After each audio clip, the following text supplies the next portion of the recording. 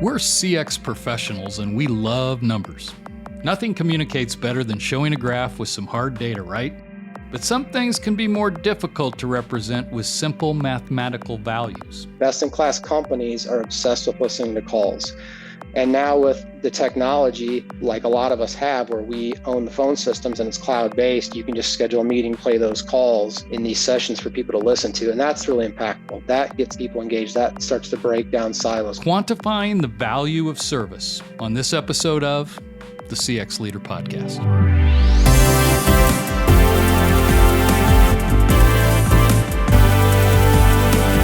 The CX Leader Podcast with Steve Walker is produced by Walker, an experience management firm that helps our clients accelerate their XM success.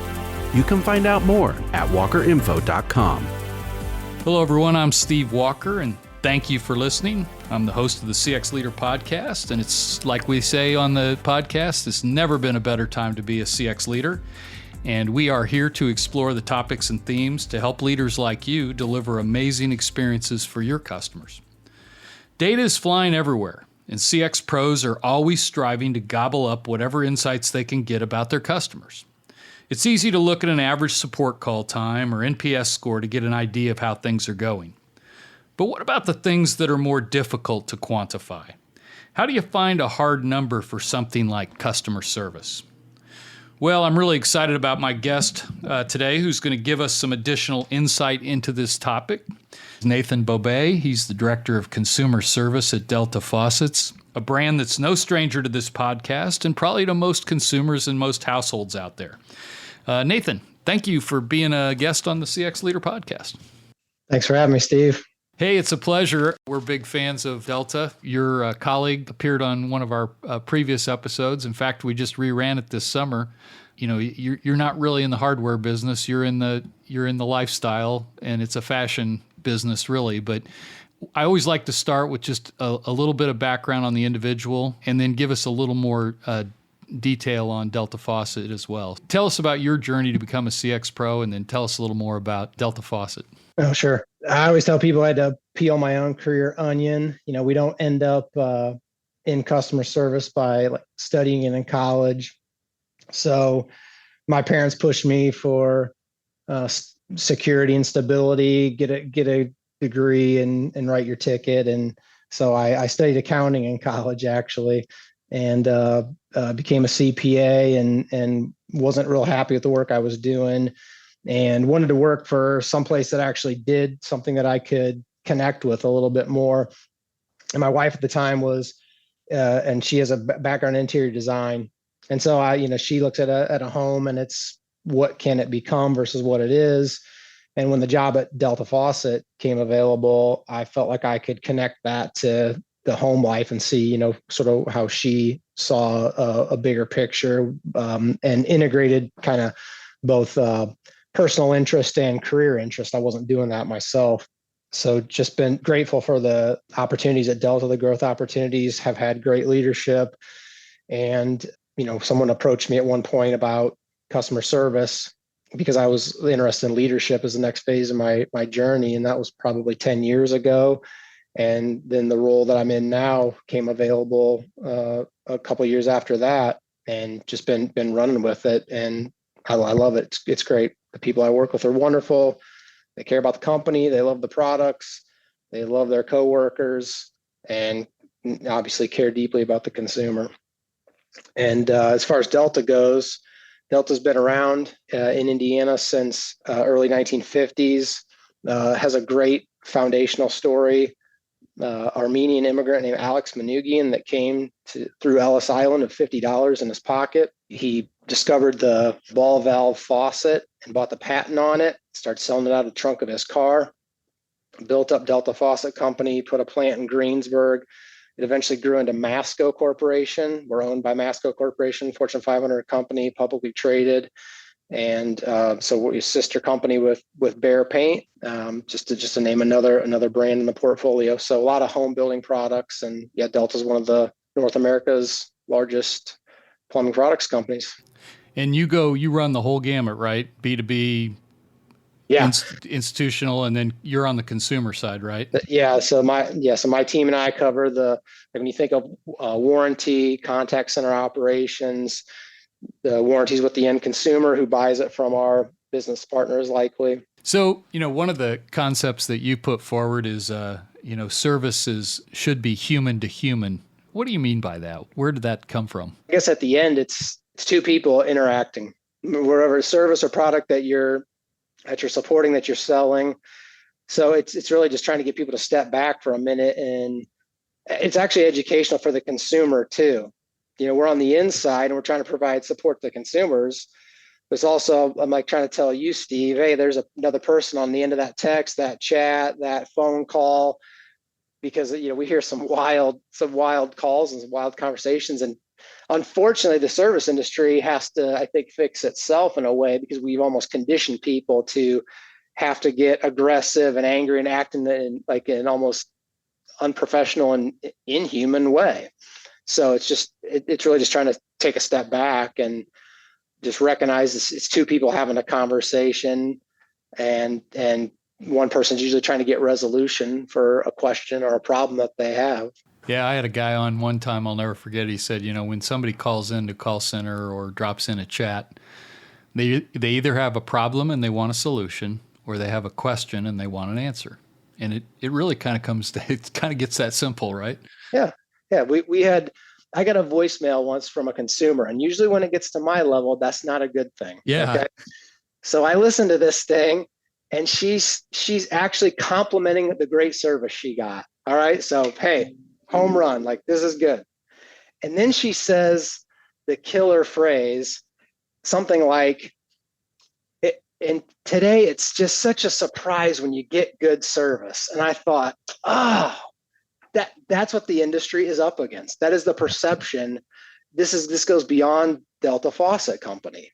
We're a member of a large organization called SOCAP, and this is between quantifying service and just even this message here. I think it's the hump we're trying to get over. Is let's make it the exception. Let's have like rising tides lift all boats, and get to a place where that's the expectation that they get good service, because it does drive value for the business, especially if you have quality services or quality products that you're selling. You combine it with quality service, it's a winning combination for people. Well, that's why we like to say on this show, it's a great time to be a CX Pro, because most companies are now differentiating based on some sort of experience. To create more value, you end up creating more and more complex solutions for customers. So it gets harder to deliver. And then you throw in, all the media, and, probably when you first started your job, it was almost all on the phone. And, now it's chat and people. I mean, I'll never forget the first time I walked into a call center one time, and they showed me a group that was just responding to social media posts. They were actually doing service on Twitter, which I didn't even know you could do, like ask for customer support through Twitter. Yep. So, yeah, it keeps getting more complicated. Well, we teased this episode about kind of quantifying the unquantifiable. So talk a little more about how you start to quantify the emotional aspect of a transaction or a relationship with a customer. How do you put that data around how people are feeling?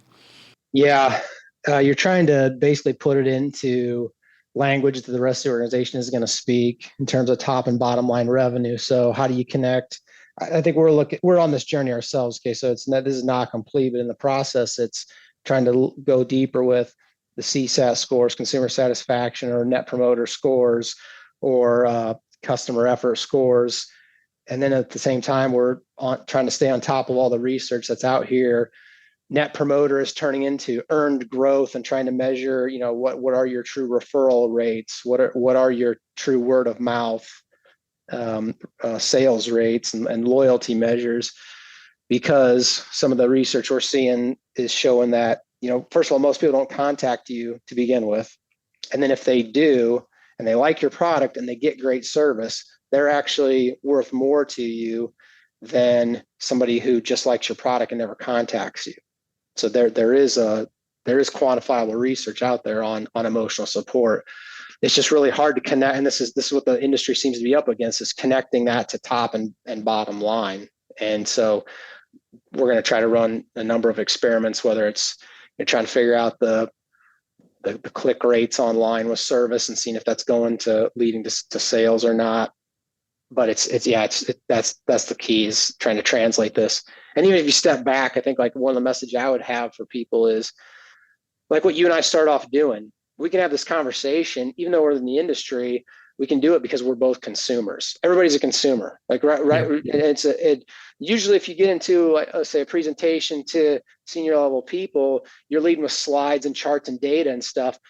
Sometimes in the CX industry, you can actually lead with a phone call. Here, press play, listen to this, and they'll connect emotionally because one, they don't like to hear the frustration that comes off, but it goes back to that human to human experience we talked about. So sometimes the anecdotes can drive it. Then you follow up with, and this happens this number of times. Then you show the data and the charts, because we're all consumers. We all know what good and bad service looks like. Yeah, I really like the way you brought back kind of the qualitative aspect of it, or the story, or the real life example that we can all relate to, because I think that does make the numbers jump, and brings context and that connection to it. So I really like that.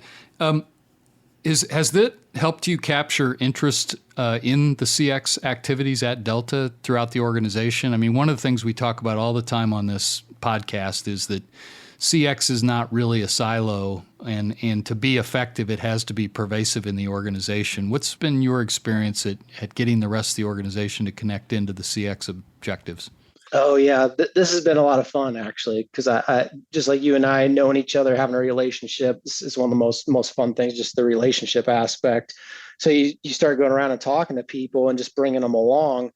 One is, and this has happened in the industry. Hey, you don't want to be a cost center, you want to be a value center, a profit center. So you start trying to move in that direction, because if it's always about cutting cost, you can keep doing that, but it'll be a race to the bottom on your service. And you get people to understand that. It's doing contact center visits. That's always been huge to actually see it. You said, you remember the first time you saw the social media aspect of things. I remember the first time I visited the contact center.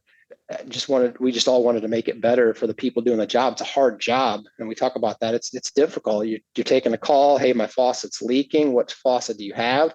That's tough. That's a tough job. So how do you make things better for the agents?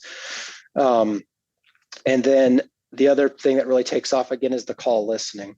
And this has been that's some feedback that we got from JD Power and Associates. We're very proud of the last 2 years being back-to-back customer service excellence program certification with them. And that was feedback that they gave us from a continuous improvement aspect is, hey, best-in-class companies are obsessed with listening to calls. And now with the technology, like a lot of us have, where we own the phone systems and it's cloud-based, you can just schedule a meeting just like you and I are doing, and you can play those calls in these sessions for people to listen to. And that's really impactful. That gets people engaged. That starts to break down silos. Because again, people care about the company, they care about the products, they care about the consumers, they hear the problems they're having. If you back it up with data, this is happening X number of times, it can move the needle. And a lot of times we don't understand the true impacts of maybe what's up on the website or what's on the packaging or what's in the instructions. And that's just awesome. And again, the employees are all consumers, so they know what good service and bad service look like. Hey, you mentioned JD Power, but I did notice in my research that you've won those 2 awards. What do you attribute that success to? What was kind of the virtues that you have put in place that got that recognition going? It's the team I work with actually, and the culture in the company. This team drives me. You think I'm excited and passionate about service? You should meet the people that I work with. They set a high standard. Continuous improvement is one of the core values of Delta Faucet Company. It's in the DNA of the company, from Alex Manugian, the founder. It goes all the way up through Masco Corporation, the parent company. So it's not just in the values, but there's a whole system that we operate off of. And that was good alignment then with JD Power, because that's what they want to see also, is that they have the quantifiable research to say these are the drivers of consumer satisfaction. And they want to actually see that you have processes in place where there's feedback loops to and from frontline agents who are, handling the contacts of your company. So that I think is where it all came from. So the people that are constantly living the continuous improvement value, looking for ways to improve, and just logical common sense. We can do better. It doesn't have to be this way. These consumers have our products, they have an issue. Let's get it resolved. Let's take care of them. Let's not overthink this based on cost or time of call or some typical metric, which are good and have a place, but just step back for a minute and let's take care of it and get it done.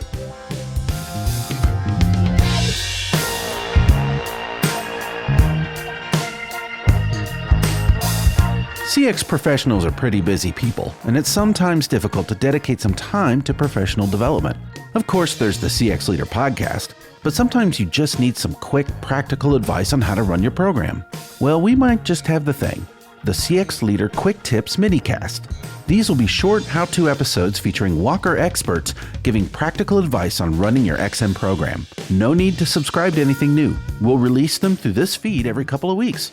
That's the CX Leader Quick Tips Minicast. Watch for the first episode in mid-September.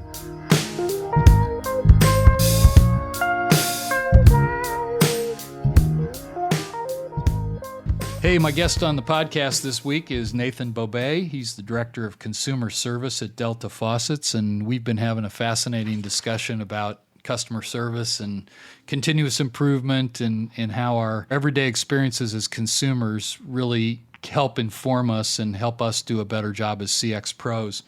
I appreciate your mention of continuous improvement. That kind of takes me back historically, but I think a lot of the genesis of what we call CX today had its roots in quality improvement and continuous improvement, Deming, Six Sigma. And all of those methods and all of those systems had as part of the foundation some sort of valid customer inputs. You had to validate whatever your activities were in terms of how it was going to impact the customer. And to see that manifest itself in this, great American company that's been around for so long and still kind of one of the basic tenets that just, again, it should reinforce all of us in the profession is, what we're here to do is a worthy cause. Facts and data do matter as well as the human to human part. So now that you've built this system, I imagine you're always tweaking on it a little bit and trying to find in the spirit of continuous improvement. So what are some of the things that you've found over the last few years as you've kind of perfected your system? I don't want any trade secrets or anything that would be, competitive information, but just to the extent you can share some of the successes you've had and to maybe inspire some of our listeners. I think one of the things that works is piloting or experimenting. Everybody can get on board with the theories that you have when it comes to CX. They're going to say, okay, I get it. I get what you're saying. The next thing they say is, show me, put into practice. Well, a lot of times, I think the frustration in the industry is we shoulder this burden because we just say yes to the consumer, and that just totally crushes us. So leaders have to come in and say, okay, what can we do in a small sample size to prove out whatever you want to do? Because you want to go asking for hundreds of thousands of dollars for an investment in something that's difficult. That takes time, takes a business case. All good. We need to keep the business case open. That's definitely another thing that JD Power has told us is you got to have that business case ready. CFO is going to ask for it. But that's great feedback. But so what can you do? We've got budget. So what can you operate under your existing day-to-day that you can go pilot and then have some sort of data then to go when you make that ask for something more, because that's really where it takes off. So one that we did a few years ago was getting into the text messaging service. Everybody's texting, so it was again real easy to say, hey, this is already very natural to do, and we've got thousands of products out there. What model number does a person have? It's difficult to get that if they haven't kept that paperwork. So we piloted a text a photo concept. You're on the phone, and we could go ahead and send a text through the CRM system. And the consumer can respond with a photo of the model. That we proved that out through this concept. We could show the value, this satisfaction, and then we did the same thing with a a one-way video feed, which is even more powerful. Now you can take your smartphone, you can get underneath the sink and show the pipes if needed, or, again, show on top, show the model on top, because that then can lead to first contact resolution. We know that drives satisfaction. We know it drives cost savings. It's a win for everybody.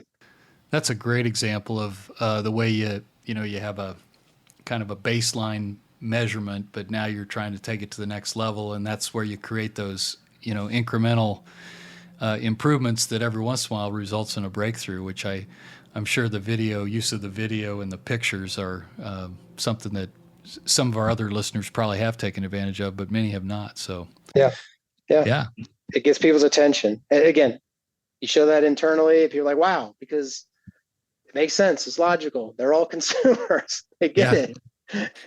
And then actually what it unlocks is we'll have people sending us examples of good service from other companies. Again, rising tides lift all boats. I interact with XYZ company. Here's how they took care of me. Or people are screenshotting stuff all the time. That's awesome. And the world is so small with service too. You can find everybody on LinkedIn. It's not that hard if I wanted to reach out and contact somebody. And a lot of times they're all service people are great people. They're willing to share their story, and we'll share ours right back. And again, because you're a consumer, you're comparing us to everybody else. Companies don't necessarily think this way. And this is where we have to, service people have to help break this down. Online retailer is going to get compared to faucet company, going to get compared to airline tickets, going to get compared to coffee shop, grocery store, shoe company, on and on and Amazon.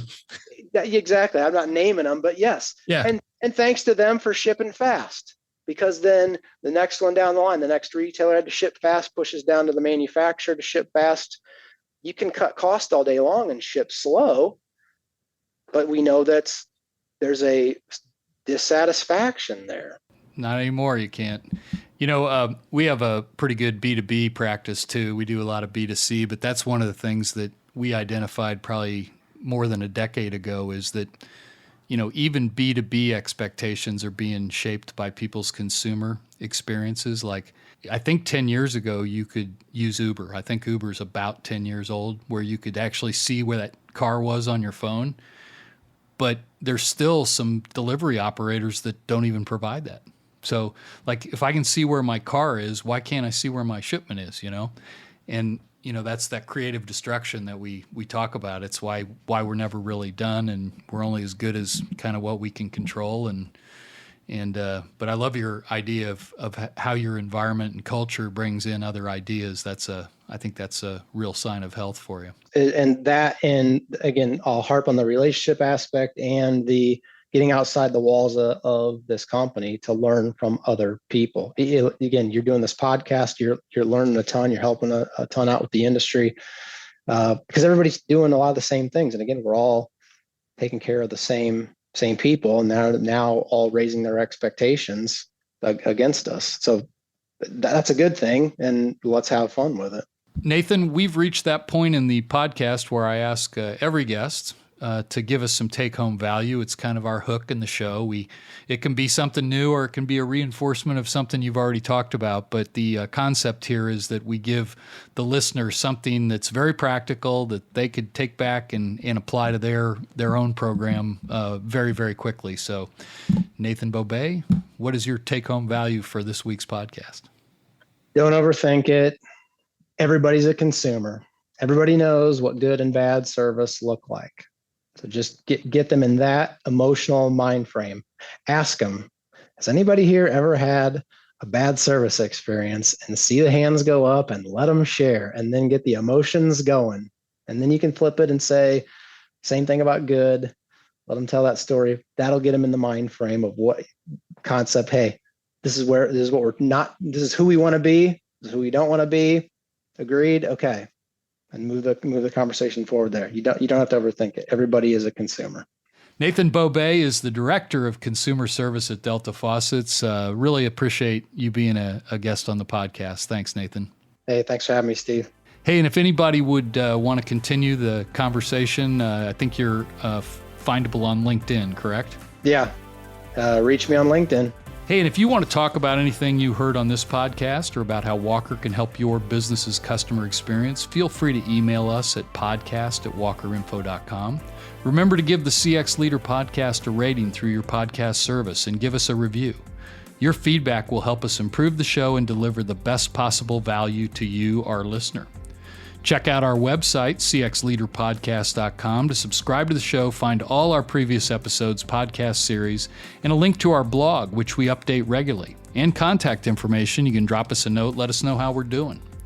The CX Leader Podcast is a production of Walker. We're an experience management firm that helps companies accelerate their XM success. You can read more about us at walkerinfo.com. Thank you for listening, and remember, it's a great time to be a CX leader. So keep on doing it. Don't overcomplicate it. Ask your consumers what good service looks like and what it doesn't, and then take the next step. Look forward to hearing back from you on how you're doing with that, and we'll see you back here again next week.